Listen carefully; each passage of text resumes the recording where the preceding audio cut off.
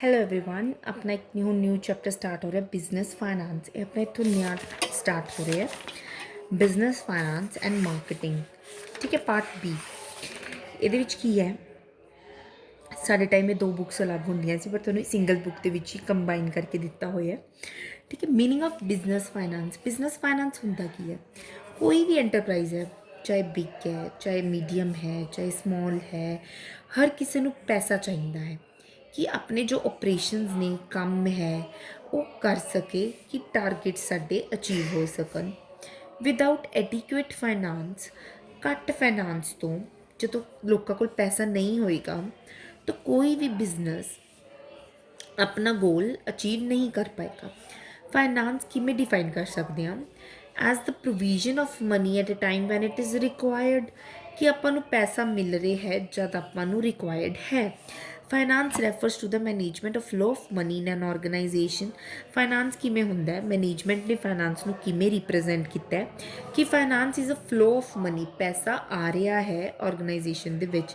Business finance is referred to an activity or a process which is concerned with acquisition of a fund. Business finance ਜਿਵੇਂ ਕਿਹੜੀ activities, acquisition of funds, use of funds, ਕਿਵੇਂ ਆਪਾਂ ਨੇ use ਕਰਨੇ, ਕਿਵੇਂ distribute ਕਰਨਾ profits by business firm. The success of business depends how well the finance is invested in assets and operations. ਅਗਰ ਕਿਵੇਂ ਬਿਜ਼ਨਸ ਦਾ ਆਪਾਂ ਸਕਸੈਸ, ਆਪਾਂ ਹਮੇਸ਼ਾ ਕਹਿੰਦੇ ਹਾਂ ਅਗਰ ਪੈਸੇ ਨੂੰ ਆਪਾਂ ਚੰਗੇ ਤਰੀਕੇ ਨਾਲ ਇਨਵੈਸਟ ਕਰਾਂਗੇ, ਪੈਸੇ ਨੂੰ ਚੰਗੇ ਤਰੀਕੇ ਨਾਲ ਯੂਟੀਲਾਈਜ਼ ਕਰਾਂਗੇ ਤਾਂ ਆਪਣੀ ਬਿਜ਼ਨਸ ਦੇ ਸਕਸੈਸ ਦਾ ਆਪਾਂ ਨੂੰ ਪਤਾ ਲੱਗਦਾ। ਆਪਾਂ ਅਗਰ ਪਰਸਨ, ਆਪਾਂ ਸੈਲਰੀ, ਆਪਣੀ ਪਰਸਨ ਦੀ ਸੈਲਰੀ ਆ ਰਹੀ ਹੈ, ਸਪੋਜ਼ 30,000 ਆ ਰਹੀ ਹੈ, ਆਪਾਂ ਨੂੰ ਕਿਵੇਂ ਉਸਨੂੰ ਯੂਟੀਲਾਈਜ਼ ਕਰਦੇ ਹਾਂ ਫਿਊਚਰ ਯੂਜ਼ ਲਈ। ਆਪਾਂ ਸੇਵ ਰਹਿੰਦੇ, ਅਗਰ ਅੱਜ ਆਪਾਂ ਉਡਾਉਣਾ ਸ਼ੁਰੂ ਕਰ ਦਾਂਗੇ ਤਾਂ ਫਿਊਚਰ ਗੋਲ ਆਪਣਾ ਕਿਵੇਂ ਸੈਟਿਸਫਾਈ ਹੋਗਾ। It's all about the finance, ਪੈਸੇ ਦੀ ਖੇਲ ਹੈ ਸਾਰੀ। How timely and at cheap cost the finance has been arranged. ਕਿਵੇਂ ਆਪਾਂ ਨੂੰ ਅੱਜ ਨੀਡ ਹੈ 2 ਲੱਖ ਰੁਪਏ ਦੀ, ਅਤੇ ਕਿੰਨਾ ਆਪਾਂ ਚੀਪਲੀ ਇੰਟਰਸਟ, ਚੀਪ ਦਾ ਮਤਲਬ ਹੋ ਗਿਆ ਕਿੰਨੇ ਘੱਟ ਰੇਟ 'ਤੇ ਆਪਾਂ ਪੈਸਾ ਲੈ ਰਹੇ ਹਾਂ ਅਤੇ ਵਧੀਆ ਟਾਈਮ 'ਤੇ ਲੈ ਰਹੇ ਹਾਂ। Concept of financial management. Finance is the life and blood of every business. Life है मेन पार्ट, ब्लड तो बिना अपना बॉडी नहीं चल सकती, तो फाइनेंस तो बिना बिजनेस नहीं चल सकता। The management is required to pay proper attention to it. Management ਨੂੰ ਹੁੰਦਾ ਕਿ ਤੇ ਪ੍ਰੋਪਰ ਅਟੈਂਸ਼ਨ ਦਿੱਤੀ ਜਾਵੇ। Financial management is concerned with management of flow of funds and involve decision relating to procurement of funds, investment of funds, distribution of earning to the owners। कि financial management concern ਕਰਦੀ ਹੈ ਕਿ management ਕਿਵੇਂ fund ਦਾ flow ਕਰ ਰਿਹਾ, ਕਿਵੇਂ decision ਲੈ ਰਿਹਾ, ਕਿ ਕਿਵੇਂ ਆਪਾਂ ਨੇ ਫੰਡਸ ਨੂੰ ਯੂਟੀਲਾਈਜ਼ ਕਰਨਾ ਹੈ, ਕਿਵੇਂ ਇਨਵੈਸਟਮੈਂਟ ਕਰਨੀ ਹੈ ਫੰਡਸ ਦੀ, ਕਿਵੇਂ ਜਿਹੜਾ ਡਿਸਟਰੀਬਿਊਟ ਕਰਨੀ ਹੈ ਅਰਨਿੰਗਸ ਓਨਰਸ ਨੂੰ। In other word it deal with proper management of funds, ਕਿ ਕਿਵੇਂ ਆਪਾਂ ਫੰਡਸ ਨੂੰ ਪ੍ਰੋਪਰਲੀ ਤਰੀਕੇ ਨਾਲ ਮੈਨੇਜ ਕਰ ਰਹੇ ਹਾਂ। ਠੀਕ ਹੈ, financial management deals with planning, ਪੈਸੇ ਥਰੂ ਹੀ ਹੋਏਗੀ। ऑर्गेनाइज आप पैसे थ्रू करा, डायरैक्ट आप पैसे थ्रू करा, कंट्रोलिंग आप पैसे थ्रू करा। Financial activities of the enterprise, it is concern with efficient acquisition and usages of finance.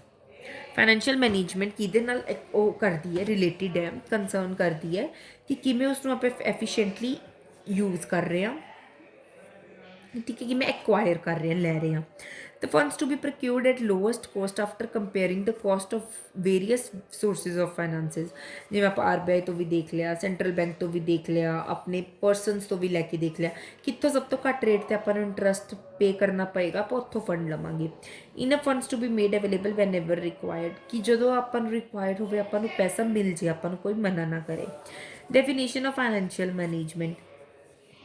Financial management is that area of business management ਦਾ ਇੱਕ ਬਿਜ਼ਨਸ ਮੈਨੇਜਮੈਂਟ ਦਾ ਫਾਈਨੈਂਸ਼ੀਅਲ ਮੈਨੇਜਮੈਂਟ ਇੱਕ ਇਹੋ ਜਿਹਾ ਏਰੀਆ ਹੈ devoted to a judicious use of capital and careful selection of source of capital.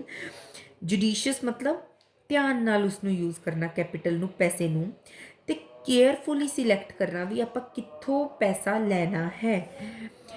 in order to enable a spending unit to move in the direction of reaching its goal।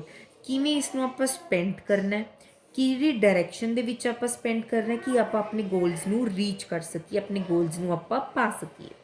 Objectives of financial management. The primary objective of financial management is to maximize shareholders' wealth। ਕਿ ਆਪਣੀ ਮਤਲਬ share holders ਨੂੰ ਵੱਧ ਤੋਂ ਵੱਧ ਆਪਾਂ ਨੂੰ profit ਹੋਵੇ।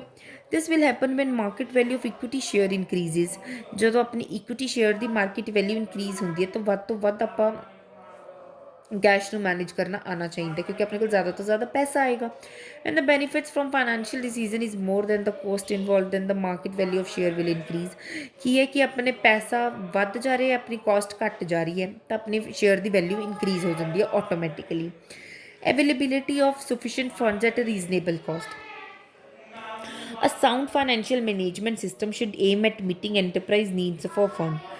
मतलब अगर अपने कुछ पता लगता अपन कि अपन फंड्स की जरूरत है, the fund should also be raised at reasonable cost. तो फंड्स भी आप रीजनेबल कॉस्ट से अरेंज कर सकते हैं। The cost of raising funds from different sources should be evaluated before finalising the source. जो आप फाइनल करन तो पहला अपन इवैल्यूएट करना चाहिए कि आप अपने फंड्स कितों परचेज करने, कितों लेना है। इंश्योर इफेक्टिव वैदर आप शेयर की वैल्यू इनक्रीज करनी है, वैदर आप कोई कोऑपरेटिव बैंक्स तो लेने हैं, कितों लेने आप सेंट्रल बैंक तो लेने, कोऑपरेटिव बैंक तो लेने। Ensure effective utilisation of funds. The fund should be use effectively so that maximum benefits भी, मतलब अपन फंड्स ਨੂੰ ਪੈਸੇ ਨੂੰ ਉਹਨੇ ਧਿਆਨ ਨਾਲ ਮਤਲਬ ਇਫੈਕਟਿਵਲੀ ਯੂਟਿਲਾਈਜ਼ ਕਰਨਾ ਚਾਹੀਦਾ ਕਿ ਆਪਣੇ ਤੋਂ ਵੱਧ ਤੋਂ ਵੱਧ ਉਹਦਾ ਬੈਨੀਫਿਟ ਆਵੇ। The need for funds for various activity should be evaluated. Funds कित्थे कित्थे रिक्वायर्ड है, किहड़ी किहड़ी एक्टिविटी ते रिक्वायर्ड ਆਪਾਂ ਨੂੰ इवैल्यूएट करना चाहिए। प्रॉपर डिसीजन लेना चाहिए भी अपना इत्थे इन्ना पैसा लगेगा, ये लैंड परचेज करने लिए इत्थे इन्ना लगेगा।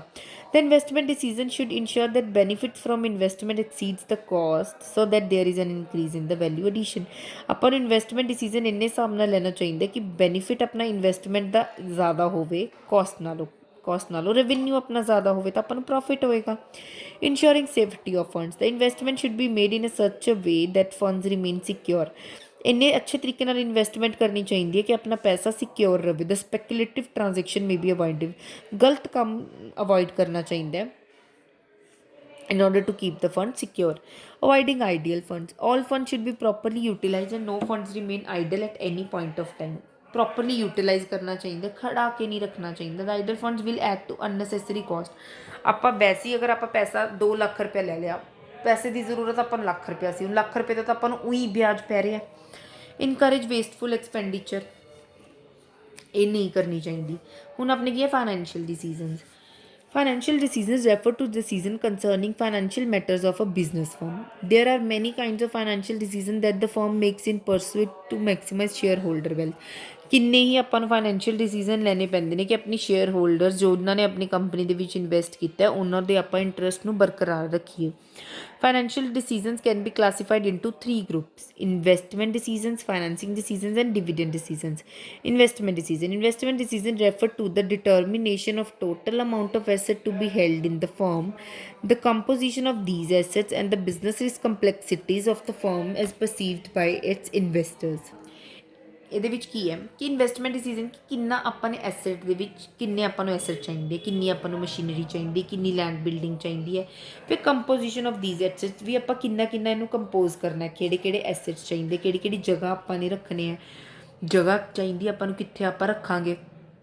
ਬਿਜ਼ਨਸ ਰਿਸਕ ਨੂੰ ਦੇਖੋ, ਕੰਪਲੈਕਸਿਟੀਜ਼ ਨੂੰ ਦੇਖੋ, ਹੈ ਨਾ। ਫਿਰ ਇਹਦੇ ਵਿੱਚ ਕੀ ਹੈ, 2 ਤਰੀਕੇ ਦੀ ਇਨਵੈਸਟਮੈਂਟ ਆਈ ਹੈ, capital budgeting decision, working capital decision. Capital budgeting decision long term investment ਹੋਗੀ, ਜਿੱਦਾਂ ਕਿ ਜੋ ਵੀ ਐਕਸਪੈਂਡੀਚਰ ਜਿਹੜੇ ਆਪਾਂ ਨੂੰ ਬੈਨੀਫਿਟ ਦੇਣਗੇ ਲੌਂਗਰ ਪੀਰੀਅਡ ਲਈ, ਇਹਨਾਂ ਨੂੰ ਆਪਾਂ ਫਿਕਸਡ ਐਸੈਟਸ ਵੀ ਬੋਲਦੇ ਹਾਂ। ਠੀਕ ਹੈ, ਜਿਹੜੀ ਕਮਿਟਮੈਂਟ ਲੌਂਗਰ ਪੀਰੀਅਡ ਲਈ ਚਾਹੀਦੀ ਹੈ, ਜਿਵੇਂ purchase of plant and machinery, land and building, ਇਹ ਆਪਾਂ ਨੂੰ ਲੌਂਗਰ ਟਰਮ ਇਨਵੈਸਟਮੈਂਟ ਦਾ ਬੈਨੀਫਿਟ ਦੇਣਗੇ। They influence the earning capacity of the business over long, ਮਤਲਬ ਇਹ ਇਨਫਲੂਐਂਸ ਕਰਨਗੇ ਆਪਾਂ ਨੂੰ ਅਰਨਿੰਗ ਆਊਗੀ ਇਹਨਾਂ ਤੋਂ, ਜਿੰਨੀ ਆਪਣੇ ਕੋਲ ਪਲਾਂਟ ਐਂਡ ਮਸ਼ੀਨਰੀ ਹੋਊਗਾ ਉਹਨਾਂ ਜ਼ਿਆਦਾ ਕੰਮ ਹੋਏਗਾ, ਉਹਨਾਂ ਜ਼ਿਆਦਾ ਆਪਣੇ ਕੋਲ ਪੈਸਾ ਆਏਗਾ। ਪਲਾਂਟ ਐਂਡ ਮਸ਼ੀਨਰੀ ਵੀ ਉੱਥੇ ਰੱਖ ਸਕਦੇ ਜਦੋਂ ਆਪਾਂ ਨੂੰ ਲੈਂਡ ਬਿਲਡਿੰਗ ਹੋਏਗੀ। ਠੀਕ ਹੈ, ਇੱਥੇ ਹਿਊਜ ਆਊਟਫਲੋ ਆਫ ਫੰਡਸ ਚਾਹੀਦਾ, ਆਪਾਂ ਨੂੰ ਜ਼ਿਆਦਾ ਪੈਸਾ ਚਾਹੀਦਾ। ठीक है, मतलब these decision can not be reversed except at a huge cost. मतलब आप डिसीजन रिवर्स नहीं कर सकते, अपन एक्सैप्ट करने ही पैणगे। वर्किंग कैपिटल डिसीजन ਜਿਹੜੇ ਸ਼ਾਰਟ ਟਰਮ ਇਨਵੈਸਟਮੈਂਟਸ ਹੁੰਦੀਆਂ ਨੇ, ਜਿਵੇਂ ਰਿਲੇਟਿੰਗ ਟੂ ਡੇਲੀ ਆਪਣੇ ਕਰੰਟ ਐਸੈਟਸ ਹੋ ਗਏ, ਸੱਚ ਐਜ਼ ਇਨਵੈਂਟਰੀਜ਼, ਕਿਹੜੇ ਆਪਣੇ ਡੈਟਰਸ ਹੈ, ਕਿਤੋਂ ਆਪਾਂ ਨੇ ਪੈਸਾ ਲੈਣਾ, ਬਿੱਲ ਕਿੰਨੇ ਰਿਸੀਵ ਕਰਨੇ ਨੇ ਆਪਾਂ ਨੇ। These decision affect the day to day working liquidity and profitability of the business. ਇੱਥੋਂ ਆਪਾਂ ਨੂੰ ਪ੍ਰੋਫਿਟ ਜਨਰੇਟ ਹੁੰਦਾ, ਆਪਣੀ ਡੇਲੀ ਟੂ ਡੇਲੀ ਵਰਕਿੰਗ ਦੱਸਦੀ ਹੈ ਇਹ ਆਪਾਂ ਨੂੰ ਕਿੰਨਾ ਪੈਸਾ ਰਿਕੁਆਇਰ ਹੈ। Efficient use of inventories. Inventories ਮਤਲਬ ਸਟਾਕ।